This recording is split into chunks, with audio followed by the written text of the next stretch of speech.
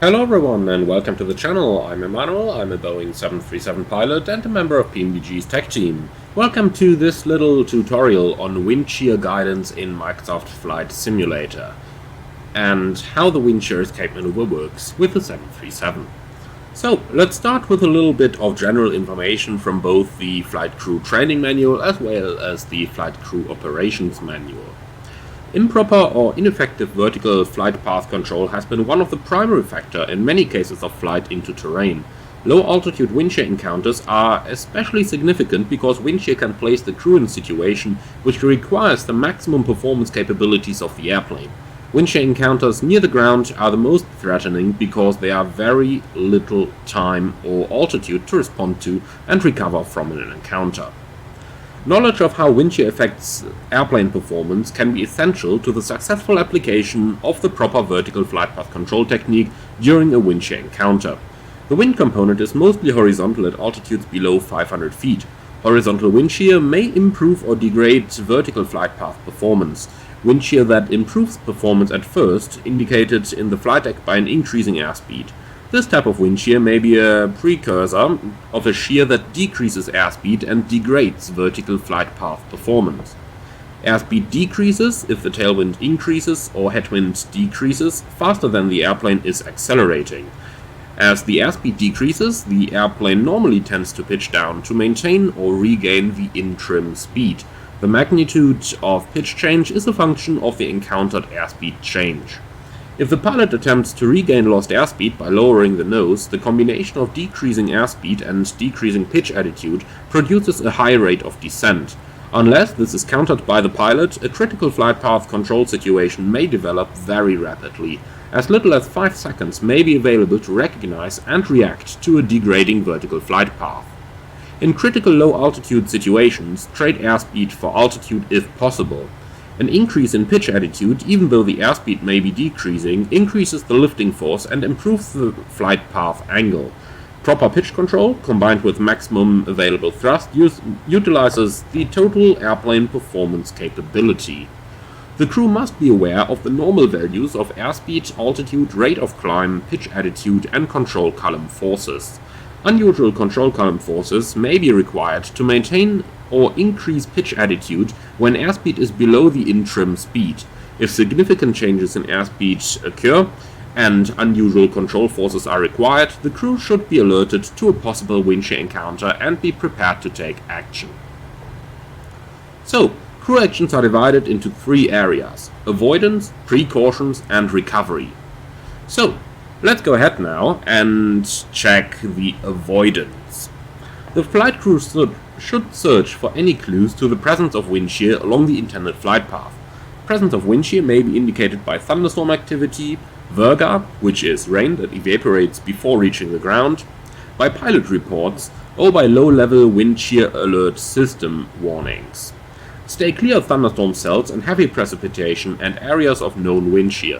If the presence of wind shear is confirmed, delay takeoff or do not continue an approach.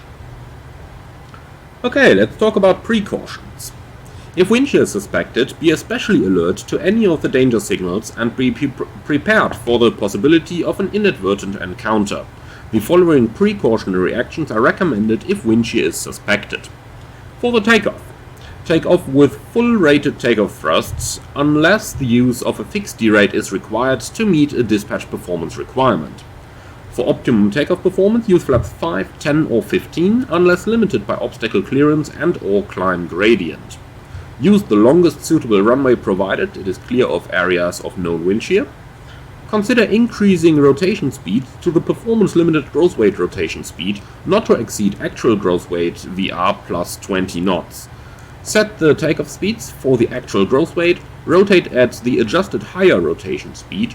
This increases rotation speeds and results in an increased stall margin and meets takeoff performance requirements. If wind shear is encountered at or beyond the actual gross weight VR, do not attempt to accelerate to the increased VR but rotate without hesitation. Be alert for any airspeed fluctuation during the takeoff and initial climb. Such fluctuations may be the first indication of wind shear. Know your all-engine initial climb pitch attitude. Rotate at the normal rate to this attitude for all non-engine failure takeoffs. Minimize reductions from the initial climb pitch attitude until terrain and obstruction clearance is assured, unless the stick shaker activates. Crew coordination and awareness are very important. Develop an awareness of normal values of airspeed, attitude, vertical speed, and airspeed buildup. Closely monitor vertical flight path instruments such as the vertical speeds and altimeters. The pilot monitoring should be especially aware of flight path instruments and call out any deviations from normal. Should airspeed fall below the trim airspeed, unusual control column forces may be required to maintain the desired pitch attitude. If stick shaker is encountered, reduce pitch attitude. Do not exceed the pitch limit indications. Those are the little amber markings you see on the usually blue side of the ADI, but I'm going to show you later on. Okay, so what precautions can we take for approach and landing? Use flaps 30 for the landing. Establish a stabilized approach no lower than 1000 feet above the airport to improve wind shear recognition capability. Use the most suitable runway that avoids the areas of suspected wind shear and is compatible with crosswind or tailwind limitations. Use electronic or visual glide path indicators to detect flight path deviations and help with timely detection of wind shear. If the autothrottle is disengaged or is planned to be disengaged prior to landing, add an appropriate airspeed correction up to a maximum of 15 knots. So normally we use half the headwind plus the full gust with a maximum of VREF plus 15, so do that on all your approaches. Avoid large thrust reduction or trim changes in response to sudden airspeed increases, as they may be followed by airspeed decreases. Cross-check the flight director commands using vertical flight path instruments, and crew coordination and awareness are once again important in the approach and landing as well, particularly at night or in marginal weather conditions. Closely monitor the vertical flight path instruments such as vertical speeds, altimeters, and glide slope displacement. The pilot monitoring should call out any deviations from normal. Use of the autopilot and autothrottle for the approach may provide more monitoring and recognition time. Finally, for recovery of the wind shear, accomplish the wind shear escape maneuver as you can find it in the non-normal maneuver section of the quick reference handbook. So, that was a lot of theory that we talked about, so let's put that a little bit into practical terms here. We are going to take off in this example scenario here, and we are going to encounter wind shear in the takeoff. Microsoft Flight Simulator does not monitor or does not, I want to say feature, but it wouldn't be entirely correct. Let's just say Microsoft Flight Simulator does not have wind shear per se. However, what happens from time to time is that the real-life weather engine gives you some very inappropriate gusts or losses of wind, or in some cases addition of wind. I've had an approach recently where I lost 100 knots of speed because it all of a sudden introduced a 100 knot tailwind at 2,000 feet, so that would definitely be a wind shear situation. Now, when this happens, you are not going to get any warnings inside the simulator because there is no official wind shear simulation and therefore there is nothing the aircraft could detect. However, in real life, just like in the simulator, wind shear is not always enunciated on the instruments. There may very well be situations where you encounter wind shear and where you can clearly see that by huge changes in airspeed without the wind shear warning going off. The warning is pretty reliable in real life, however there are situations where you might encounter wind shear without the warning activating, or with the warning activating in a delayed manner. Alright, that much for the theory. So, what do we do in case we actually encounter wind shear?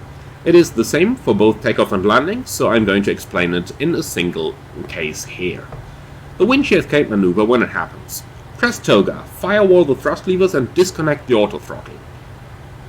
Retract the speed brake, pitch up to 15 degrees, and thereafter follow the flight director commands. The flight director does have a wind shear escape mode, so flight director commands are reliable during wind shear maneuvers. Finally, do not change airplane configuration until you are clear of wind shear, and once you are clear of wind shear, return to the normal flight path. In case of a takeoff, that usually means pulling the thrust back a little bit, resuming the navigation along the SID as required, and then retracting the flaps. In case of a go-around, things might be a little bit more difficult, because chances are you are having a high flap setting like 30 or 40 and therefore a significantly reduced flap speed plug-up limit. So especially on a go-around, if you execute the Windshear escape maneuver, be very sure that you reduce the thrust promptly so that you avoid overspeeding the flaps. Retract the flaps on schedule and resume the normal flight profile. So, let's have a look at how that actually looks like in a real encounter. We are going to take off over here, and I've set the wind in the simulator so that we initially have some 24 knots of headwind, and that is going to shift into a slight tailwind component rapidly soon after takeoff. That is going to trigger a significant change in airspeed, and that is our trigger that we are encountering a wind shear situation. Final thing here, before we start off, let's have a very quick look into our performance tool for what to do when you suspect wind shear. So this is our virtual performance tool set up according to the values that I've pre-programmed in my simulator up here. If we calculate the takeoff performance for this, we get a full 22k takeoff. However, since we have been informed by air traffic control that wind shear is reported, we are going to select the rating into a wind shear rating on the thrust up here. And by doing so, the OPT is now going to give us different calculations, and as we can see, we are first of all presented with a wind shear precaution alert telling us to compute performance based on the maximum takeoff thrust, use the longest suitable runway, consider using flap 5, 10, 15. This is basically a summary of the theory that we went over in the first part of this video. So the one important thing for us over here, we get the full 26k takeoff, and we get this amber VR value as well. This is the performance-based limited VR, which is 154 knots in this case. So if we encounter wind shear during the takeoff run, or rather if we encounter gusts and our airspeed changes up and down a bit, then we can accelerate all the way to this value before we have to initiate the rotation. If we actually encounter wind shear during the takeoff, then rotate as soon as you reach VR, as described by the flight crew training manual. Alright, keeping these numbers in mind, 154 is our performance limited VR, so let's make sure that we are all ready to go up here, which we are right now. The parking brake is released, timing, and off we go.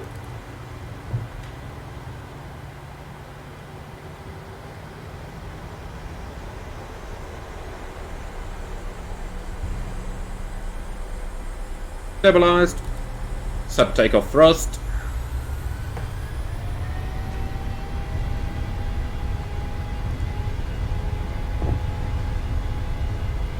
takeoff thrust set, indications normal. Look at those gusts there, 80 knots.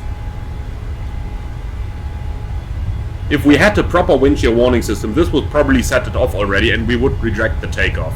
For the case of the video, let's just continue this. Okay, rotate.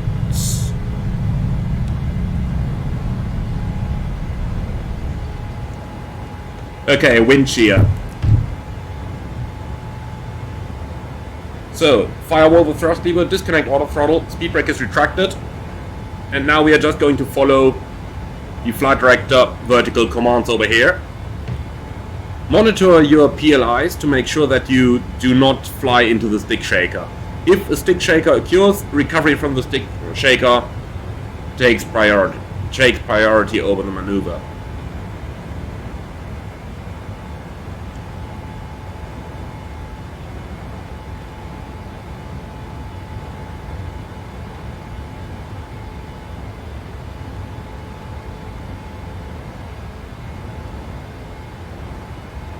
Okay, watch that wind vector over there, by the way. That is how I created the wind shear in the simulator. And then we should slowly be getting out of it, if I program a weather scenario correctly here.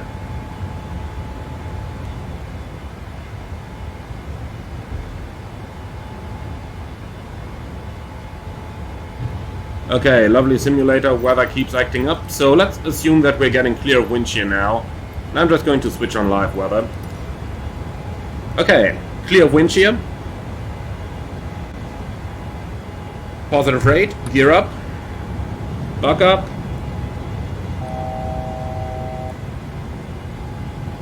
Select climb thrust. Flap 1.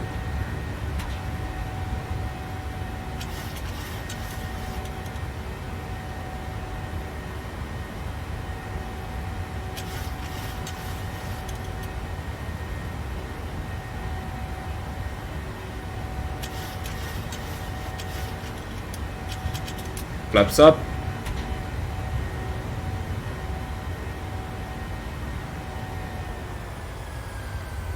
Okay, and with that we are within our normal takeoff profile once again.